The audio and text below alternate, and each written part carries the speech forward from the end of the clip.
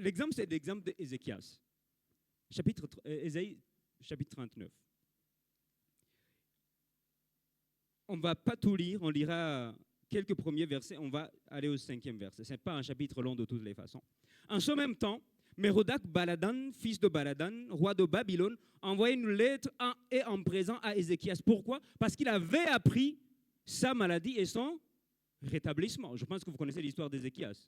Bon, il devrait mourir et puis il a prié contre le mur, ainsi de suite. Ézéchias en eut de la joie et il montra aux envoyés le lieu où était quoi? Écoutez bien, ce n'est pas autre chose. Il dit ces choses de prix: l'argent, l'or, les aromates, l'huile précieuse, tout son arsenal et tout ce qui se trouvait dans ses trésors. Il n'y en eut rien qu'Ézéchias le leur fit voir dans sa maison et dans tous ses domaines.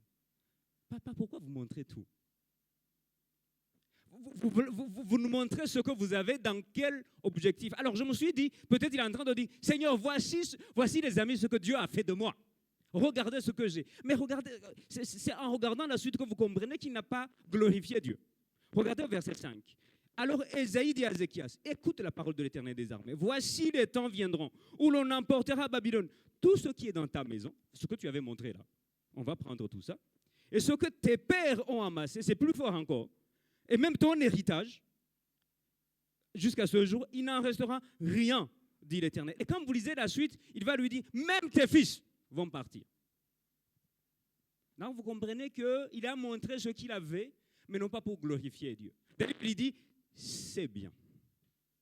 Ma grâce. Vous savez, les gens disent, je vais te donner ma grâce. Mon ami, c'est la grâce de Dieu qui est sur toi, donc ce n'est pas ta grâce. Tu es juste un gérant de la grâce de Dieu. Elle n'est pas à toi. Si tu entres dans ma grâce, la grâce, tu l'as achetée où? Vous l'avez achetée comment? Donc, l'orgueil, bien aimé, c'est quoi? C'est l'idée de s'approprier la gloire qui revient à Dieu. L'orgueil, c'est quoi? C'est s'attribuer les mérites de ce que Dieu a fait. Bon, le frère va se reconnaître. Je discute avec un frère. Après, il me parle d'une histoire, d'une sœur, et puis il me dit, je lui dis, elle est belle? Il me dit, bien sûr. Bon, des fois, c'est le cœur, c'est les yeux qui voient qu'elle est belle. Vous le savez, non? Bon, si vous la trouvez belle, l'univers ne la trouve pas belle. Vous le savez, non? Je dis souvent aux parents, oh, mon enfant, mon ami, c'est toi qui vois comme ça. Des fois, il faut pas l'oublier. N'est-ce pas? Il ne faut pas l'oublier. Alors je lui dis, tu la trouves belle? Il dit oui. Tu la trouves propre? Il dit oh. Parce que la beauté, elle ne vient pas d'elle. C'est Dieu qui a fait ça. Mais la propreté, c'est sa responsabilité. Vous voyez la nuance, non? Être belle, c'est Dieu qui a confectionné comme ça. Elle n'a rien fait pour. Donc si elle est orgueilleuse d'être belle, mon ami, c'est compliqué. Parce qu'elle n'a pas acheté sa beauté. Mais si elle sait être propre, ça c'est autre chose. D'ailleurs, certaines sont plus belles parce qu'elles sont propres, non pas parce qu'elles sont dans les standards de la beauté. Quand tu vois leur rangement, leur propreté, leur manière, c'est ça. Mais tu es né comme ça. Alors calme-toi. C'est génétiquement, voilà. Ça vient, et toi tu es juste né comme ça. Tu dis, l'orgueil c'est s'attribuer les mérites de ce que Dieu a fait. Et les conséquences de ce qui s'est passé, Ésaïe va lui dire, mon ami, maintenant on va tout prendre. Tu as montré tout, on va tout prendre. Maintenant on verra que ça vient de toi. Le jour où on va saisir ton diplôme, tu nous diras si ça vient de toi. Le jour où tu auras un accident et que ton visage dont tu te glorifies là, on verra si ça vient de toi. Le jour où si Dieu reculait un peu, ce que tu appelles ta grâce, on verra que ce n'est pas ta grâce. Hein? Ce que tu appelles mon onction là, on verra que ce n'est pas ton onction. Vous avez vu des gens qui l'ont perdu, non? Ah, on peut même parcourir la Bible pour voir quelques-uns qui l'ont perdu. Donc vous comprenez que c'est ce que Dieu donne. Et du coup, quand je m'en attribue le mérite, je tombe dans l'orgueil. Proverbe 16, verset 18 dit, l'orgueil conduit à la faillite et l'arrogance à la ruine. J'aime beaucoup Darby. Darby dit, l'orgueil va devant la ruine et l'esprit autant devant la chute. Quand vous voyez l'orgueil, la ruine est derrière. Ça va? Quand vous voyez quelqu'un qui est orgueilleux, entrevoyez déjà la ruine derrière. Il est juste devant. C'est comme ça il le dit. Alors, il y a ceux qui étalent leur orgueil, il y a ceux qui étalent leur raison, Mais il y a ceux qui comprennent que ce n'est pas bon. Voyez-vous? Il va dire ici, j'ai des raisons de m'enorgueillir, mais cela n'est pas bon. Alors, si vous lisez la Bible, vous allez voir que en grec, il y a beaucoup de mots pour dire bon. Il y a kalos, Jésus va dire je suis le bon berger. Poimenho kalos, le bon dans le sens moralement bon. Il y a bon dans le sens de agathos, qui est utile. Bon, on a enlevé la vision parce qu'il y a une vision qui arrive. C'est utile, mais ici c'est l'idée de ça n'apporte rien. Il dit je pourrais me glorifier, mais ça n'apporte absolument rien. Donc quand vous voyez le mot bon dans la Bible, vérifiez bien dans quel registre il se trouve. C'est utile? Est-ce que c'est apporter quelque chose? Est-ce que c'est bon dans le sens de moral? Ça aussi, il faut faire attention. Donc il dit, je pourrais m'en glorifier, mais ce n'est pas bon. Ça n'apporte rien. Ça contribue à rien. Ça n'a aucun avantage. Ah bon? Oui, ça n'a aucun avantage. Pourquoi? Parce que ne pas s'enorgueillir ne signifie pas manquer de raison. En fait, quand vous êtes calme là, ça ne veut pas dire que vous n'avez pas des raisons de vous glorifier.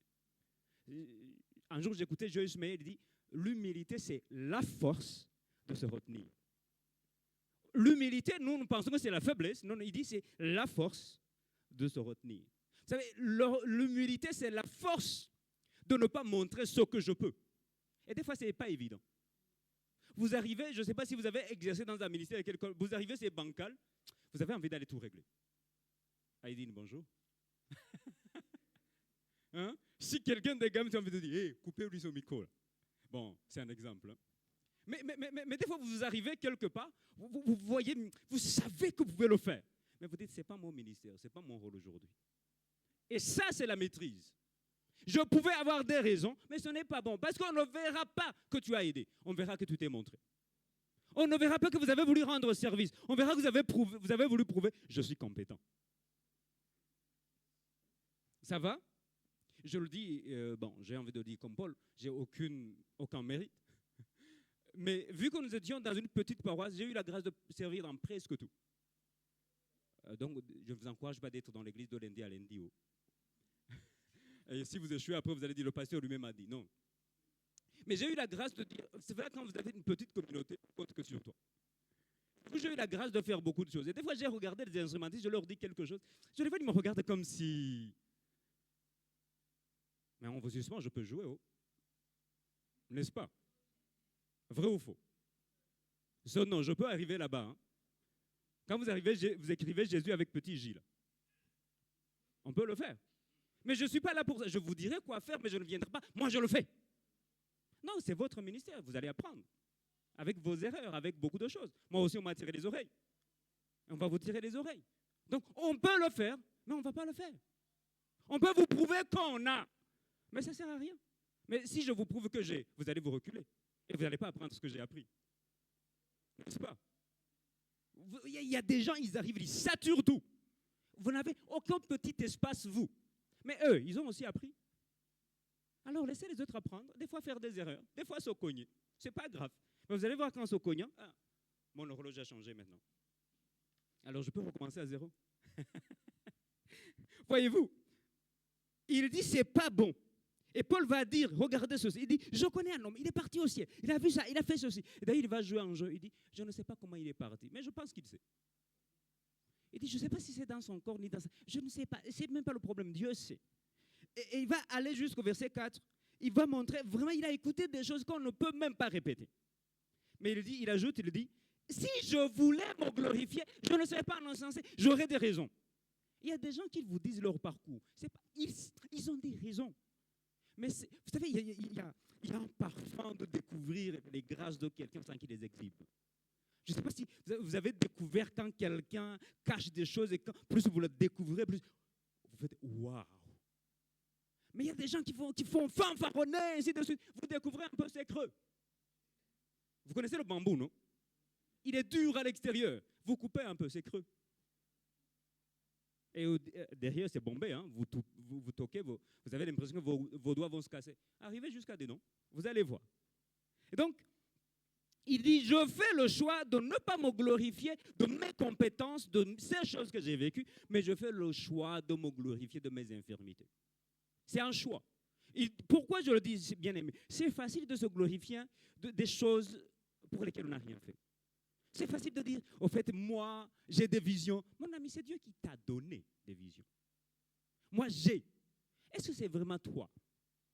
Mais se glorifier en disant, un jour, j'étais tenté, mais je n'ai pas cédé, j'ai tenu bon. Ça, on ne va pas le dire. Un jour, on m'a humilié, je n'ai pas répondu, j'ai tenu bon. C'est ça les raisons de se glorifier. Dis, Seigneur, merci pour ta grâce de me maîtriser. À ce moment-là, j'aurais fait un massacre. Mais tu m'as transformé. Donc, je me glorifie de ce qu'on m'insulte. Je ne réagis pas. Ça va montrer le caractère qui se travaille. On va y revenir tout à l'heure. Donc, il dit, je me glorifie de mes infirmités parce que j'ai tenu une attitude dans le combat. Quel combat nous avons tenu? Est-ce que ça va?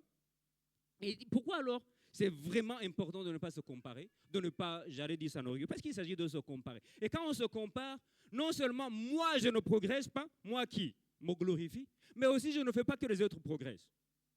Ça va? Lisez 1 Corinthiens 10, bon, toujours dans les super apôtres. 1 Corinthiens 10, parole de vie, va dire ceci. Certains pensent beaucoup de bien d'eux-mêmes. Vous savez, il y a des gens, quand vous leur demandez de se définir, aïe, aïe, aïe, aïe, aïe, hein? Diplômé en 6 universités, appris au pied de tel grand, j'ai expérimenté. Mais mon ami, laisse tomber, on va découvrir avec tes compétences. Laisse tomber. Et regardez ce que Paul va ajouter. Nous n'osons pas nous égaler ou nous comparer à. Vous savez que c'est de l'ironie, hein? Paul a bien fait plus qu'eux. Mais il va jouer le jeu en disant, nous autres là, on ne va pas tomber dans la comparaison. Voyez-vous? Et il dit comment? Ils se prennent eux-mêmes comme mesure pour se mesurer et se comparer aux autres. Ils sont stupides. Parole de vie est violente un tout petit peu. Est-ce que mon micro passe toujours?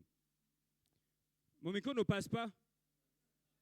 Bon, sinon, je peux utiliser le volume 3, n'est-ce pas? Quelques-uns ont compris. Donc, il entend le fait que tu ne progresses pas. Pourquoi? Parce que toi, tu te prends pour la mesure. Au fait, dans tout ce qui est bon, c'est vous. Dans tout ce qui doit être fait, c'est vous. Donc, vous n'allez pas progresser parce que vous êtes la mesure maintenant des bonnes choses. Vous êtes la mesure de ce qui doit être fait. Il y a des gens, ils arrivent quelque part, ils sont la mesure de la vie spirituelle. Ça doit arriver à mon niveau. Mais vos niveaux, c'est lequel? Vos niveaux, c'est prier beaucoup, crier. Votre niveau, c'est quoi? Oui. Quand je commence à devenir moi-même la mesure des choses, là, je commence à tomber dans l'orgueil. Et du coup, je ne vais pas progresser parce que je ne penserai pas avoir besoin de progresser, mais je veux justement complexer les autres. Est-ce que ça va? Donc, bien aimé, quand on a des raisons de se glorifier, vaut mieux pas. Vaut mieux pas. Comme ça, on donnera les raisons aux autres de progresser.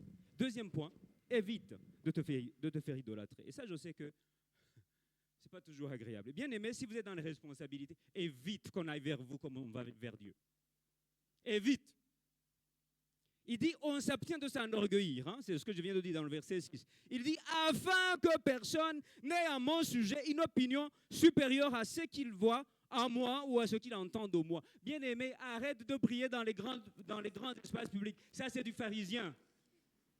Pourquoi les gens doivent voir plus que ce que vous êtes? Pourquoi? C'est quoi l'objectif? J'aime beaucoup parler de vie. Elle va dire, ainsi on me jugera seulement en voyant ce que je fais et seulement en entendant ce que je dis, sans rien de plus. Et si on disait sans rien de plus? Je ne veux pas de plus que ce qu'on voit faire, que ce qu'on me voit, on m'entend dire. Je dois changer le micro. Merci. J'espère. Ah, vous m'avez fait travailler ma voix, hein, franchement. Parole vivante va dire, chacun peut se faire une idée de moi d'après ce qu'il voit et ce qu'il entend. Je ne veux pas, écoutez bien, lui suggérer une image supérieure. Vous imaginez? Je ne veux pas suggérer. Et si vous avez fait de la psychologie, vous savez ce que c'est la suggestion. Hein? Je ne vais pas entrer dedans. Voyez-vous? Donc, je ne veux pas suggérer, je ne veux pas laisser entendre une autre image qui n'est pas la mienne. Je ne veux pas vous faire croire que je suis ce que je ne suis pas. Au fait, j'étais quelque part en retraite en train de prier. Mon ami, vous étiez en train de faire une série. Donc, vous n'étiez plus... Vous étiez en train de prier. Dites la vérité, j'ai regardé une série, on ne va pas vous tuer. Dis-moi si c'est une série regardable avec des yeux christiques. 1 Thessaloniciens 2, versets 6 et 7 dit « Nous n'avons point cherché la gloire qui vient des hommes, ni de vous, ni des autres.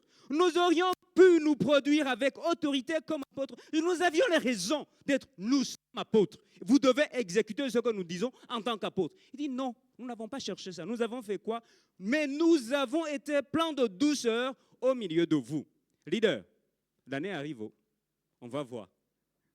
Est-ce que vous allez diriger avec douceur ou vous allez dire, c'est moi le responsable ici? Je le dis souvent aux mariés, quand vous criez comme ça, c'est moi l'homme, vous n'êtes plus l'homme. Vous le savez, non? C'est moi l'homme dans cette maison haut. C'est fini. Alors si vous n'êtes plus l'homme, voilà. Alors, pourquoi je m'abstiens? Je m'abstiens parce que Dieu ne partage pas sa gloire. Donc, arrêtez de faire que les gens viennent vers vous parce qu'ils doivent aller vers Dieu. Dieu ne partage pas sa gloire. Je pense que vous connaissez les versets, je n'ai pas besoin de les citer. Ésaïe 42, verset 8. Je suis l'Éternel, c'est là mon nom, et je ne donnerai pas ma gloire à un autre, ni mon honneur aux idoles. Parole de vie va dire, je suis le Seigneur. Ils vont mettre en majuscule. Je suis le Seigneur. Voilà mon nom. Je ne donnerai pas ma gloire à un autre. Je ne laisserai pas au statut des faux dieux la louange qui me revient. J'aime beaucoup Exode 34, verset 14, dans la version de vie. Il dit, vous devez adorer aucun Dieu étranger, car moi, le Seigneur, je m'appelle l'exigeant. Je m'appelle l'exigeant. Et j'exige d'être votre seul Dieu. Ça va? Le Seigneur va dire, je ne tolère aucun rival. Combien de fois nous sommes fait des rivaux de Dieu? Vous imaginez combattre contre Dieu? Vouloir chercher la gloire de Dieu. Combien c'est dangereux? Alors pourquoi encore? Parce que, je disais d'une part, parce que Dieu ne partage pas sa gloire, parce qu'on risque de détourner les âmes de Dieu. Et quand on retourne les âmes de Dieu, c'est dangereux. Martin Luther va dire ceci, et j'ai toujours dit, ce n'est pas Martin Luther King. Je sais que vous l'aimez bien. Il dit, qu'est-ce que signifie avoir un Dieu? Il dit, qu'est-ce qu'un Dieu? Il dit, un Dieu, c'est tout ce vers quoi nous nous tournons afin d'obtenir toute bonne chose, ainsi qu'un secours dans tous nos besoins. Acte 14, 14 et 15 dit ceci. Les apôtres Barnabas et Paul ayant appris cela, vous savez, on les a dit, il y a des dieux au milieu de nous, ainsi de suite. Vous savez ce qu'ils ont fait, non? Ils ont fait quoi? Ils ont déchiré leurs vêtements, mais on ne commence pas à faire ça en montrant, non, je ne veux pas que la gloire revienne à Dieu. Je ne veux pas que la gloire revienne à moi, donc je déchire mes vêtements.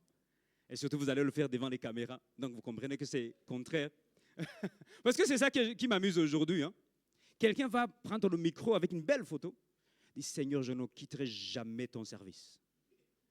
Est-ce que vous entendez parler de Dieu ou vous entendez, regarde-moi en train de servir? Des fois, c'est subtil. Voyez-vous, non? Je ne suis pas entendu que si vous le faites, vous êtes orgueilleux. Mais écoutez le cœur avec lequel vous le faites. Je pense que c'est important. Il va se montrer à genoux et elle va se montrer à genoux. Seigneur, pas moi, toi. Non, mon ami, tu t'es montré, donc c'est toi.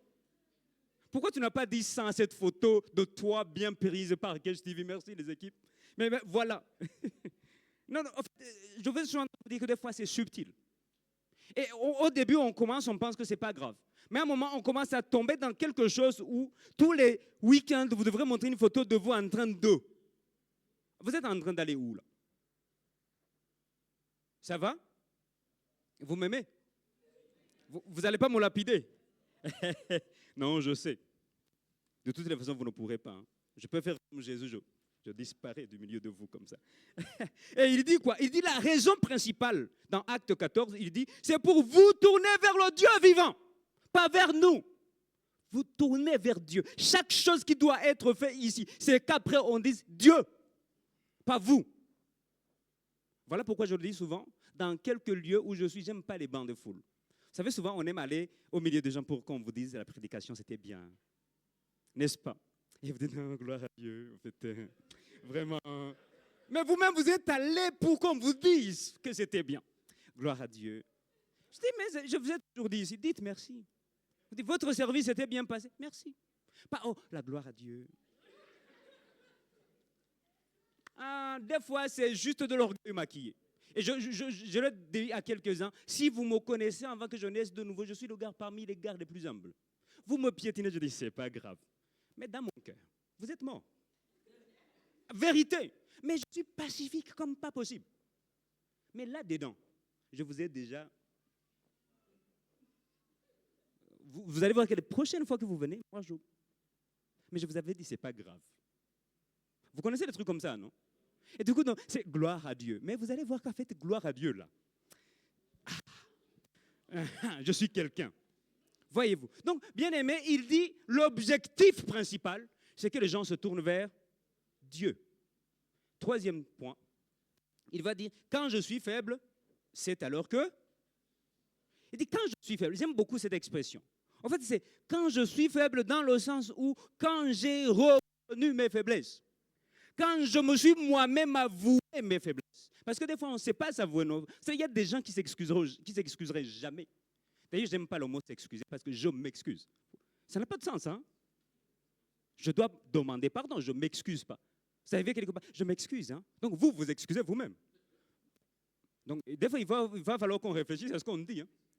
N'est-ce pas? Au lieu de dire à quelqu'un, je te demande pardon, je m'excuse. Hein? En fait, je me suis moi-même, voilà, excusé.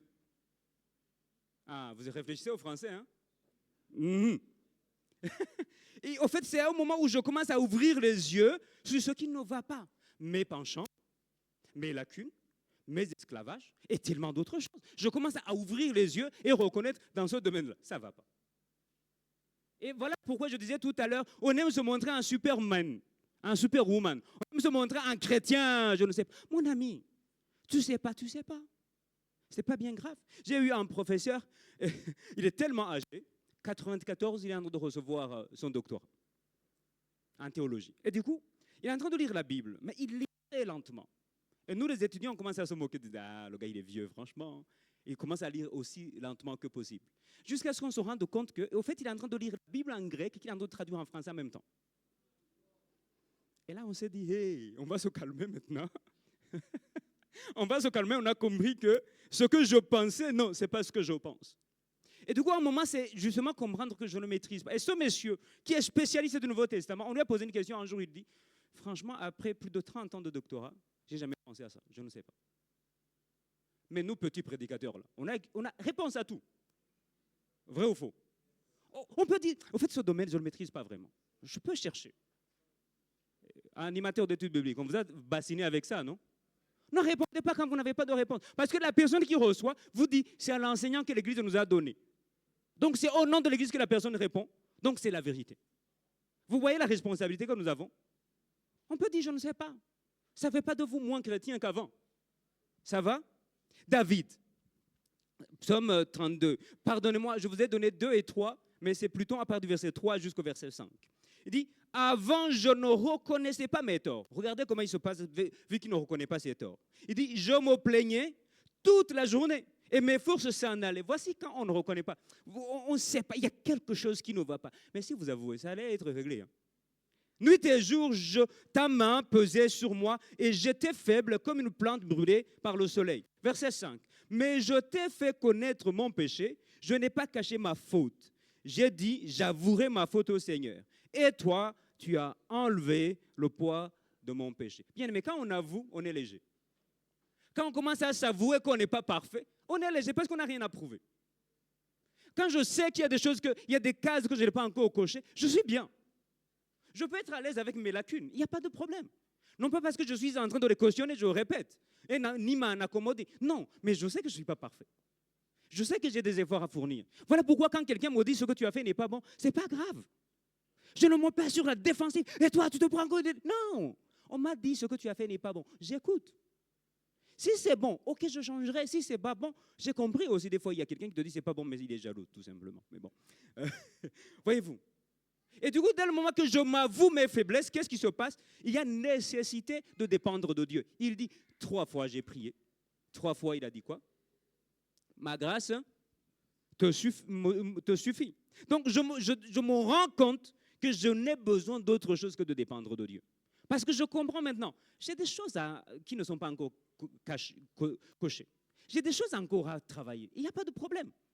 Est-ce que ça va? Est-ce qu'on peut être à l'aise avec soi-même? Parce que c'est ça mon objectif aujourd'hui. Être à l'aise. Je sais que tout n'est pas parfait, mais je suis bien. Je ne veux pas passer 50 heures à maquiller une cicatrice. Ce n'est pas grave. Je suis blessé. J'ai eu une enfance. J'ai une histoire. Peut-être c'est Tata du village qui m'a dit, oh, avec Taragada, des trucs. Ce n'est pas grave. Je suis passé par un truc. On m'a incisé des choses. Je ne le cache pas. Ce n'est pas grave. Est-ce que ça va? Il y a des dons que je n'ai pas. Ce n'est pas grave. Je suis en train de grandir. Ce n'est pas grave. Je peux être en paix maintenant avec ce que j'ai et ce que je suis. Ce n'est pas grave. Ça va? Regardez. David encore, il va dire, Psaume 33, à part du verset, je ne sais pas pourquoi je vous ai donné que des fausses références, franchement. C'est à part du verset 16, hein, Psaume 33. Il dit, ce n'est pas une grande armée qui sauve le roi. Ce n'est pas une grande force qui délivre le héros. Le cheval est impuissant pour assurer le salut et toute sa vigueur ne donne pas délivrance. J'aime beaucoup le verset suivant. Voici, l'œil de l'Éternel est sur ceux qui le craignent, sur ceux qui espèrent en sa bonté, afin d'arracher l'homme à la mort et de les faire vivre au milieu de la famille. Il dit la seule chose que vous devriez vous en assurer tous les jours, c'est que l'œil de l'Éternel soit sur vous. Vous allez investir en chevaux, c'est bien. Vous allez investir en grande armée, c'est bien. Mais sans l'œil de l'Éternel, tout va tomber à l'eau. Ça va? Je prie vraiment ce matin que l'œil de l'Éternel soit sur chacun d'entre nous. Et que sa faveur nous arrache de la mort et de la famine. Alors pourquoi, tout ce que je viens de dire pour aller vers la fin, pourquoi la force doit être ma faiblesse et en même temps ma force ou ma grâce? Parce que ma faiblesse, si je la connais, ma faiblesse devient maintenant le lieu de ma prudence. Ça va? Ma faiblesse devient le lieu de ma prudence. Je sais que quand je la vois à 23 heures habillée d'une certaine manière, il y a tellement de choses qui vont se passer. Donc, je sais que c'est ma faiblesse, j'y vais pas. Vous comprenez? Je ne regarde pas. Je sais que ma bouche là, quand je commence à parler, donc on est dans des discussions, je m'abstiens de parler, tout simplement. Parce que maintenant, je connais quelle est ma faiblesse. Ça va? Ça devient le lieu de ma prudence. Je pense que vous connaissez cette histoire de trois hommes qui ont discuté ensemble après. Ils disaient, on va s'avouer nos faiblesses. Vous connaissez, non? Le premier dit, mes faiblesses, c'est ça. Le deuxième, mes faiblesses, c'est ça. Le troisième, il dit, mes faiblesses, c'est que je répète tout ce que j'ai entendu. Et là, vous dites, pourquoi tu n'as pas commencé à parler en premier, toi? Parce que là, maintenant, nous venons de dire. Donc, bien aimé, ma faiblesse devient, si j'observe bien, le domaine de ma prudence. Je suis prudent. Dans ce domaine-là, je sais que je ne veux pas jouer comme si tout va bien. Non, je suis en zone de danger. Donc, je sais que je dois faire attention. Ma faiblesse, si je l'ai connue, elle devient mon domaine de travail. Je sais que ça ne va pas. Donc, je dois travailler dans ce sens pour m'améliorer. Vous comprenez comment c'est une grâce, n'est-ce pas? Parce que maintenant, non seulement je suis prudent, mais aussi j'y travaille. Maintenant, je suis en train de chercher toutes les compétences nécessaires pour m'en sortir. Mes faiblesses deviennent finalement mes amis parce que je les connais maintenant. Et je ne m'en accommode pas.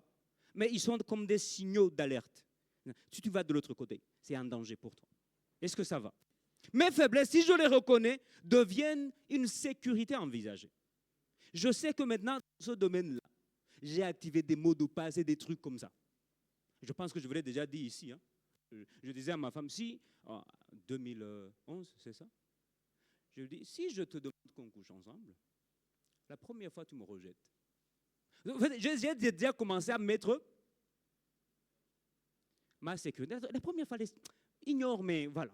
La deuxième, on est un feu jaune là. Et la troisième, tu me laisses tomber. Frère, vous êtes d'accord avec moi? Vous n'allez pas dire amen. Hein? Je sais très bien. Parce que souvent, nous avons transformé ce qu'on appelle amoureux, partenaire sexuel. On est ensemble pour s'autoriser à le faire. Du coup, je dis non, non, non. En fait, si tu penses que je suis entré dans le sens là, en fait, je ne suis intéressé que quelques centimètres carrés. Ça va? Les hommes ne vont pas dire amen. Hein? Je vous vois les visages et dis, pourquoi tu donnes nos secrets comme ça?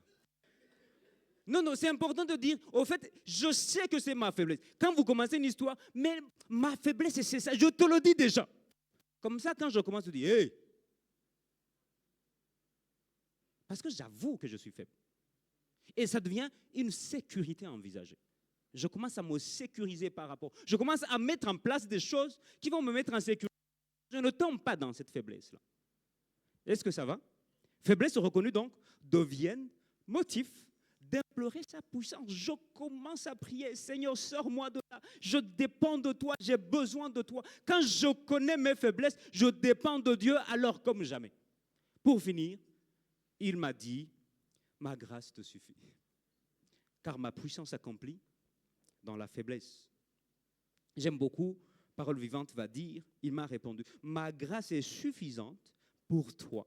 Car dans la faiblesse, car c'est dans la faiblesse que ma puissance donne toute sa mesure. En fait, dès le moment que je ne m'estime pas capable d'avoir besoin de sa puissance, il ne me la donnera pas.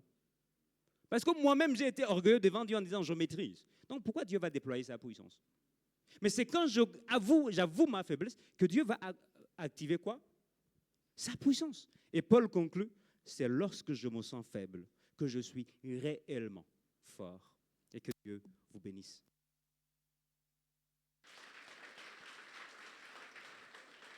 Alors les amis, si vous êtes comme moi, vous savez qu'il y a des choses à travailler. Vous savez qu'il y aura cette année des domaines à travailler. Peut-être dans mon ministère, peut-être à l'école. Il y a des zones de faiblesse. Est-ce que c'est possible que vous priez avec moi? Dis Seigneur, je viens juste t'apporter mes faiblesses. Je viens t'apporter ce que je n'ai pas encore coché. Ma colère peut-être. Vous connaissez mieux que moi. Mais dis, au fait, j'ai besoin de dépendre de toi. J'ai besoin de compter sur toi. Parce que je connais où je tombe souvent. Je connais les terrains par lesquels je glisse souvent. Et ce que je viens t'apporter, ce n'est que moi. Moi est tel que je suis. Est-ce qu'on peut élever nos voix et prier? Seigneur, maintenant je sais que tu laisses exprès ces faiblesses pour que j'y travaille, que j'apprenne à dépendre de toi. Je sais maintenant combien je suis inefficace sans toi. Je sais combien, Seigneur, je suis tenté de m'enorgueillir des grâces que tu m'as faites, de l'intelligence que tu m'as donnée, des portes que tu m'as ouvertes, d'une belle famille équilibrée que tu m'as donnée. Ce n'est pas moi. Et je ne peux pas m'enorgueillir. Il y a d'autres qui auraient aimé être ma famille comme la mienne. Mais aussi, je sais, j'ai des lacunes. Je sais, je mens facilement. Je triche facilement. Je fais tellement de choses facilement. Et je vais me les avouer maintenant. Je ne veux pas les refuser. Je suis entêté, têtu. J'ai tellement de listes à te présenter, Seigneur. Mais dans ces faiblesses-là, sois ma force, s'il te plaît. Oh, devant telle chose, devant l'argent, je ne résiste pas. Je suis tombé même dans l'escroquerie. Je suis tombé dans des manipulations quelconques. Seigneur, je viens, tel que je suis. Aide-moi. Aide-moi tout simplement. Père de grâce, aide-moi, s'il te plaît. Manifeste ta puissance dans ma faiblesse. Manifeste ta capacité de me transformer parce que j'avoue que j'ai besoin d'être transformé. J'avoue. Il y a ces choses que je sais, que tu sais, que d'autres ne savent pas. Viens les travailler. Plus besoin de porter un masque. Plus besoin d'être dans un déguisement. Mais je vais être en paix avec ce que je suis. Mais travailler pour devenir aussi meilleure personne. Meilleure en toi. Louange, honneur à toi. Merci Seigneur parce que tu me donnes cette année à dépendre de toi. Tu me donnes à travailler mes faiblesses. Tu me donnes à les reconnaître, à en faire des lieux de sécurité, à en faire des lieux de prudence, à en faire les lieux de travail. Je te bénis pour ce que tu fais. Au nom de Jésus. Amen. Amen. Dans le même élan, les amis, on va s'approcher de la table du Seigneur. J'ai l'impression que mon micro va et vient. Les francophones vont dire que c'est saltatoire. ça saute. Je vais juste inviter les anciens. Et je voudrais qu'aujourd'hui, la Sainte Seine ne soit pas de ceux qui ont tout validé, de celui qui se reconnaît faible, de celui qui sait qu'il a besoin de sa grâce. Ne dis pas, je n'ai pas le droit, au contraire. Viens aujourd'hui en disant, Seigneur, je viens crier ma misère. Je viens crier ma souffrance. En m'approchant de la table, je viens te demander secours. Je veux te demander que tu sois en moi et que tu sois ma force, que tu sois ma grâce, que tu sois ce que je ne peux pas être moi. Je viens reconnaître que tu t'es laissé humilier pour que moi je devienne triomphant. Et je vais laisser le président prier. Tendre Père, en s'approchant encore ce matin de cette table que tu dresses pour nous, nous voulons te dire simplement merci. Merci parce que tu n'es pas venu chercher ceux qui étaient parfaits, mais tu es venu chercher des hommes comme frères, comme ma soeur, comme cette assemblée réunie en ces lieux. Parce que nous avons besoin d'un sauveur. Sans toi, Seigneur, nous étions égarés, sans alliance, sans droit de cité en Israël. Mais il t'a plu dans ton amour infini de faire de nous des fils et des filles héritiers. Ô Éternel, tu n'es pas celui qui est assis et qui attend que l'enfant prodige revienne jusqu'à toi. Mais lorsque tu le vois simplement faire le mouvement, tu cours à la rencontre. Oui, Seigneur, tu es venu pour les